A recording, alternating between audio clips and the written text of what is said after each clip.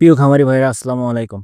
আপনাদের মাঝে আবারও একটি ক্যালসিয়ামের ভিডিও নিয়ে হাজির হলাম। দুধের গাভী এবং গর্ভবতী গাভীর জন্য ক্যালসিয়াম অত্যন্ত গুরুত্বপূর্ণ একটি পণ্য। এটি আপনাদের সবার পরিচিত একটি ক্যালসিয়াম রেনা ক্যালপি। এটি বাজারজাত করেছে রেনাটা কোম্পানি। এবার দেখা যাক রেনা ক্যালপিতে কি কি উপাদান দেওয়া আছে।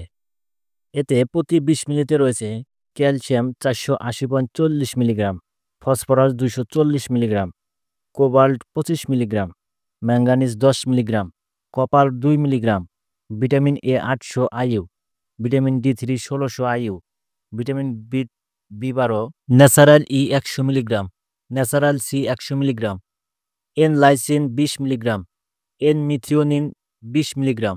এটি যে ক্ষেত্রগুলোতে ব্যবহার করতে পারবেন: বাড়ন্ত প্রাণীর মজবুত হাড় গঠনে, ক্যালসিয়ামের ঘাটতি পূরণে, দুধের উৎপাদন বৃদ্ধিতে, ডিমের উৎপাদন বৃদ্ধিতে, ডিমের খোসার মজবুত গঠনে, ব্রয়লারের শক্তিশালী পায়ের গঠনে, প্রাণীর দেহের রোগ প্রতিরোধ ক্ষমতা বৃদ্ধিতে। ব্যবহার মাত্রা: ব্রয়লার মুরগির জন্য প্রতি লিটার পানিতে ১ মিলি ওষুধ ৫ দিন খাওয়াতে হবে। দুধের গাভী বা গর্ভবতী গাভীর জন্য ১০০ মিলি করে প্রতিদিন খাওয়াতে হবে। বাছুরের জন্য ২০ মিলি করে দিনে ২ বার খাওয়াতে হবে। খামার মাস্টার ইউটিউব চ্যানেলে গবাদি পশুর স্বাস্থ্যসেবা নিয়ে নতুন নতুন তথ্যমূলক ভিডিও আপলোড করা হয়। যারা চ্যানেলটি সাবস্ক্রাইব করেন নাই এখনই সাবস্ক্রাইব করুন, আর যারা সাবস্ক্রাইব করেছেন তাদেরকে অসংখ্য ধন্যবাদ। আর রেনা ক্যালপি নিয়ে কোনো প্রশ্ন থাকলে কমেন্টে জানান, আমি চেষ্টা করব সঠিক পরামর্শ দেওয়ার। পরবর্তী ভিডিও কোন পণ্য নিয়ে দেখতে চান কমেন্ট করতে ভুলবেন না।